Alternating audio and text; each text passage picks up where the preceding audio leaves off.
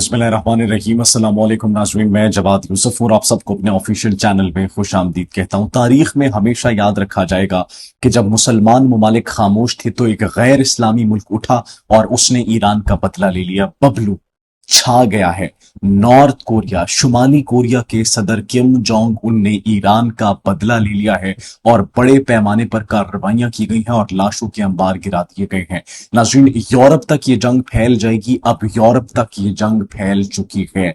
North Korea ने Iran का पहला बदला ले लिया है। ऑन दी अदर हैंड नाज़रीन, ईरान के खिलाफ फॉल्स फ्लैग एक ऑपरेशन किया गया। उस ऑपरेशन के तहत बहुत से ममालिक को ईरान पर हमला करने के लिए उकसाया गया, वो भी नाकाम हो चुका है। एक नया इत्तेहाद, एक मुस्लिम नेटो, एक इस्लामिक नेटो बन चुकी है। आप इसको इस्लामिक नेटो का नाम बेशक ना दे, लेकिन सरबराही पाकिस्तान को मिल चुकी है। Pakistan is in the leading position. 14 ममालिक उसमें शामिल हो चुके हैं और अब नाजायज रियासत के लिए मुश्किलात खड़ी होने वाली हैं। नाज़रीन, सिर्फ यही नहीं बल्कि इसके साथ साथ जो गद्दार ममालिक थे उनके अवाम को अकल आ चुकी है, क्योंकि गद्दार ममालिक जिस तरीके से यूज हो रहे हैं, उनकी लीडरशिप जिस तरीके से ईरान के खिलाफ अपनी सरजमीन को इस्तेमाल होने दे रही है, तो अब खलीजी ममालिक, अब मशरिक वस्ता के अंदर जितने भी ममालिक हैं, अब उनको अकल आ चुकी है और अब उनके अंदर लाखों तादाद में लोग सड़कों पर निकल तख्ता उलटने के लिए तैयार हो चुके हैं। जब तक आप ये वीडियो देख रहे हो बहुत बड़ी डेवलपमेंट्स हो चुकी हैं। आज बहुत बड़ी स्टोरीज हमारे पास सामने आई है। F-35 तैयारों को निशाना बनाया गया है। 3 ममालिक पर कहर नाजिल कर दिया गया ईरान की जानिब से और बैक वक्त 3 ममालिक पर बड़े पैमाने पर कार्रवाइयां की गई हैं। वो कौन से ममालिक हैं जिन पर कार्रवाइयां की गई हैं, उस पर डिटेल से नाज़रीन आज हम बात करेंगे। और सिर्फ यही नहीं बल्कि इसके साथ साथ मशरिक वस्ता की सूरत हाल मुकम्मल तौर पर तब्दील हो चुकी है। इस वक्त क्या सिचुएशन है, कौन से ममालिक है जो कि ईरान के साथ खड़े हैं, वो जो मुस्लिम अलायंस बनी है, मुस्लिम इत्तेहाद आप कह ले, सरबराही पाकिस्तान को मिली है, लीडिंग पोजीशन पाकिस्तान को मिली है, उसमें और कौन कौन से ममालिक शामिल हैं और कौन कौन से ममालिक पाकिस्तान के मातहत होंगे और वो किस तरीके से ऑपरेट करेगी और क्यों आखिर ये नेतन्याहू को एक बहुत बड़ी वार्निंग लग रही है, एक बहुत बड़ा अलर्ट लग रहा है, कान उनके खड़े हो चुके हैं और बहुत जल्द एक सरप्राइज आने वाला है। इन तमाम तरह डेवलपमेंट्स पर आज की इस वीडियो में हम बात करेंगे। सबसे पहले नाज़रीन आपको बताते चलिए कि जो बबलू ने कर दिया है, नॉर्थ कोरिया के सदर किम जोंग उन ने जो कर दिया नाज़रीन, वो आप सोच भी नहीं सकते। यूक्रेन की जानिब से एक ईरानी शिप पर हमला किया जाता है, उस शिप को तबाह कर दिया जाता है। ईरान कहता है कि हम यूक्रेन पर हमला कर सकते हैं, हमारे मिसाइल यूरोप तक पहुंच सकते हैं। यह धमकी दी जाती है, अपोलोजाइज किया जाता है। लेकिन अब शुमाली कोरिया ने क्या किया, शुमाली कोरिया के हथियारों का इस्तेमाल करते हुए रूस ने गुज़िश्ता रात हमले किए हैं बड़े पैमाने पर। यूक्रेनी सदर ज़ेलेंस्की ने यह दावा किया है और उन हमलों के नतीजों में मिसाइल्स दागे गए हैं, ड्रोन्स दागे गए हैं, लाशों के अंबार लग चुके हैं। 13 अफराद की हलाकत की इस वक्त खबरें मौसूल हो रही हैं। ये खुद उन्होंने कंफर्म किया। This is the statement by the president of Ukraine himself. Ukraine के सदर ने यह खुद बयान दिया है और दर्जनों इस वक्त जख्मियों की इतलात भी मौसूल हो रही है। उन्होंने कहा कि रूस पहले भी यूक्रेन पर हमलों में शुमाली कोरिया के हथियार इस्तेमाल कर रहा था और अब उन्होंने फिर से यह हथियार इस्तेमाल करना शुरू कर दिए हैं। तो ईरान का बदला, जो ईरानी शिप पर हमला किया गया था, अब शुमाली कोरिया के हथियारों से लिया जा रहा है। वो शुमाली कोरिया जिसका नाम सुनकर डोनाल्ड ट्रंप कांपते हैं और जिनसे पंगा लेना तो दूर की बात, उनके खिलाफ कोई स्टेटमेंट तक देने से पहले 100 मर्तबा सोचते हैं, क्योंकि शुमाली कोरिया का एक बहुत बड़ा उसूल है, एक वाज़े उसूल है अमेरिका को कि अगर हमारे मिसाइल प्रोग्राम से खतरा है, न्यूक्लियर प्रोग्राम से खतरा है, आओ जरा इसको खत्म करने की कोशिश करो और फिर देखो तुम्हारा क्या होता है। हमारे पास ऐसे मिसाइल मौजूद हैं जो सीधा वॉशिंगटन डीसी पर जाकर हिट कर सकते हैं। नाज़रीन, एक जानिब ये, दूसरी जानिब हमें एक प्लान नाकाम होता हुआ दिखाई दिया। वो फॉल्स फ्लैग ऑपरेशन जो कि किया गया था ईरान के खिलाफ दीगर ममालिक को मैदान जंग में धकेलने के लिए, लेकिन अब वो फॉल्स फ्लैग ऑपरेशन नाकाम हो चुका है। मिस्र की बंदरगाह पर हमले किए गए थे ड्रोन से और कहा यह गया था कि ईरान ने किया है। सबसे पहले तो मिस्र ने इन खबरों की तरदीद की कि हमने कोई ये इल्जाम नहीं लगाया, तहकीकात जारी है। अब जब पता चला तो वो ऐसा मालूम हुआ, मुख्तलिफ जराए से मुबैना तौर पर ये रिपोर्ट्स मौसूल हो रही हैं कि इसराइल उसमें मुलव्वस दिखाई देता है। अब सिर्फ यही नहीं बल्कि ईरानी वजीर खारजा अब्बास इराक़ची की जानिब से भी कंफर्मेशन नहीं की गई। उन्होंने कहा यह सिर्फ और सिर्फ झूठ पर मबनी है।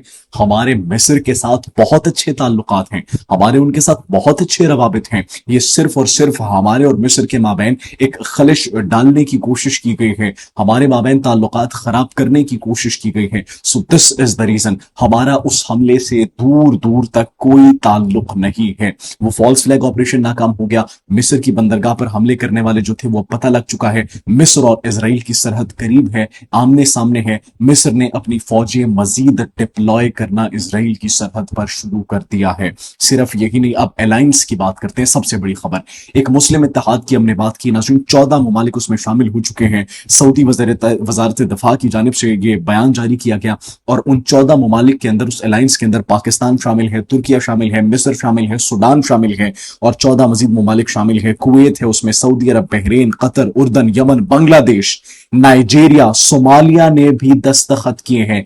41 कंट्रीज को दावत दी गई थी, 14 ममालिक शामिल हो चुके हैं। सरबराही पाकिस्तान को जो है वो दी गई है। Leading position will be with Pakistan and this is going to be the game changer. ये मशरिक वुस्ता के अंदर वो अलायंस है जो कि बिल्कुल ताकत के तवाजुन को तब्दील कर देगा और ये वो अलायंस है जिसका जिक्र हमने बारहा किया था कि एक मुस्लिम इत्तेहाद, एक सुन्नी इत्तेहाद बनता हुआ हमें दिखाई दे रहा है, जिसका जिक्र इजराइल ने भी किया है, जिससे खतरा एक्चुअली उनको भी है।